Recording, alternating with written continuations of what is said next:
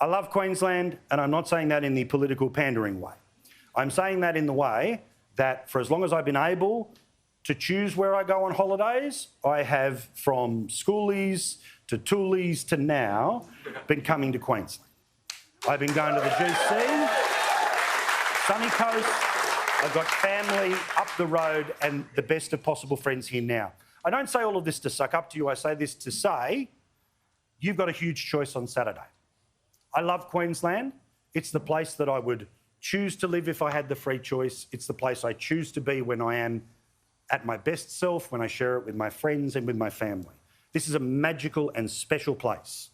And on Saturday, you have a chance to make a decision about who you want to run it for the next 4 years. It's not just an election, it's about a custodianship. So tonight I wanted to say right off the start, after saying what I've said about why I love Queensland and its people, why I love everything here, there is a lie at the heart of this election that is very effective.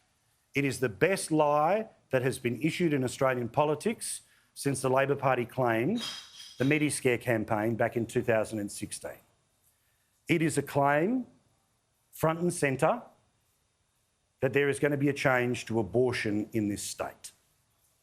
Now, this is not part of any party platform, yet the Labor Party, unable to have a record to run on, rather than saying what their performance has been in the past 4 years, or the years before that, or the years before that, have found a way to change the subject. It was a lie the first time they said it, and it is a lie today. Now, in all 3 debates or people's forums, David Crucifulli, when confronted with the lie, has said this. There will be no change to those laws. Changes to that Act are not part of the plan and they will not be changed. There'll be no changes. And I haven't moved 1 millimetre. There's going to be no change to abortion laws in Queensland. So it's definitely not part of their plan. He has said multiple times it is not part of their plan, even when the worst case scenario, where someone who is a backbencher says, if I could have my say, we'd have a vote on it. I'll tell you how that vote's going to go. It'll stay the way it is. The entire Labor Party will vote for it to stay the way it is. 3/4, 4/5 of the Liberal Party will vote for no change, meaning even on day one, if there was a vote on abortion, it will not change. Yet, Stephen Miles, despite the fact that he knows this, despite the fact that he has looked into the eyes of the person saying it is a lie, keeps telling the lie. Roll the tape. Can anyone tell from David's answer just then what he thinks about this issue? I mean, this is a really important issue. Will you have a conscience vote? Give a straight answer. Are you pro-choice or not? Now, for Queensland, like every other state or federal election, like half of people are going to vote before Saturday, which means many people who have already voted have walked past a sign that is a lie. The sign couldn't be any clearer. The sign says a vote for the LNP is a vote to make abortion a crime. This is a lie. You know it in this room, you know it to people that are watching, but to the people who you pass this video on to, they need to know that it is a lie. This should be illegal. Politicians can tell mistruths, they can shade a little this and that. But if you say you're definitely not doing something, but they're still able to hold up a sign saying you're definitely going to do it, you can make anything up. If you are a person who is convinced by this, I understand why you're convinced by this, because you think the system has guardrails in it that people can't lie to you like this. But they can. And the system and the guardrails have been written by this government. They decided to make this a preferential election, not a first past the post, because they know they don't have enough votes. So they hope for the preferences of people like the Greens. They know that because they do not have a record to run on, they change the way your elections are funded here.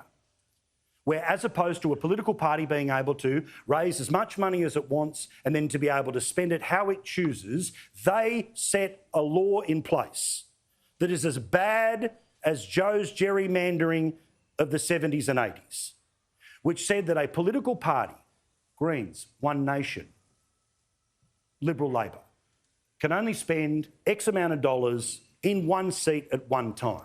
Okay, that's a level playing field. But you know who also can spend $100,000?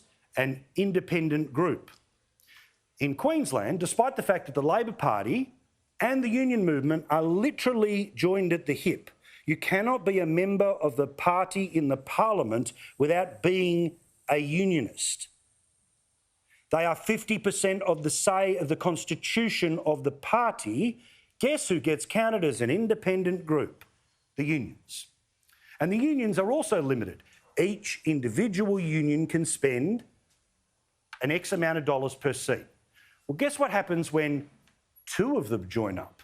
That's a 2-to-1 advantage on everyone else in the race. In this state, there are more than 15 unions that are registered, which means at any one time, in any one seat, at any one moment, one side of politics is able to outspend everyone else 10-to-1. They did that. And they don't want to be judged on that because they expect most people in Queensland are busy, doing something else, watching something else, reading something else. Well, tonight, the reason I start this program the way I do is you now have a resource to show them. Send this video to someone who you know needs to know the truth. The abortion thing is a lie.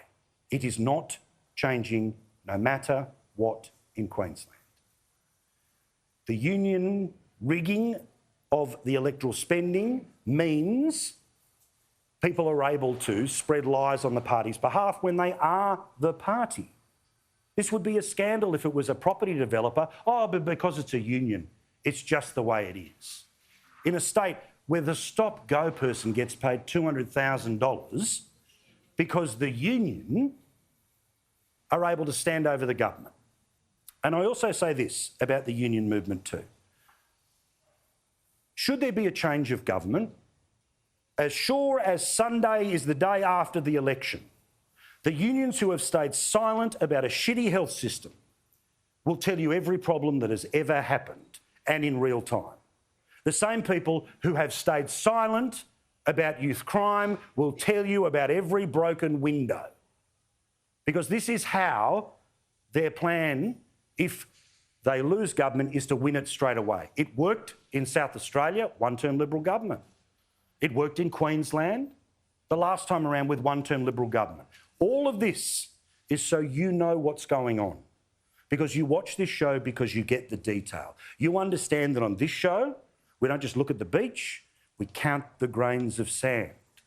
And while every other person, quite rightly, is busy and just might drive past the beach on the way to the cafe, or might only turn up to the beach every couple of times a year because they're on holidays, you need people in the debate who know the grains of sand. So the abortion thing is a lie.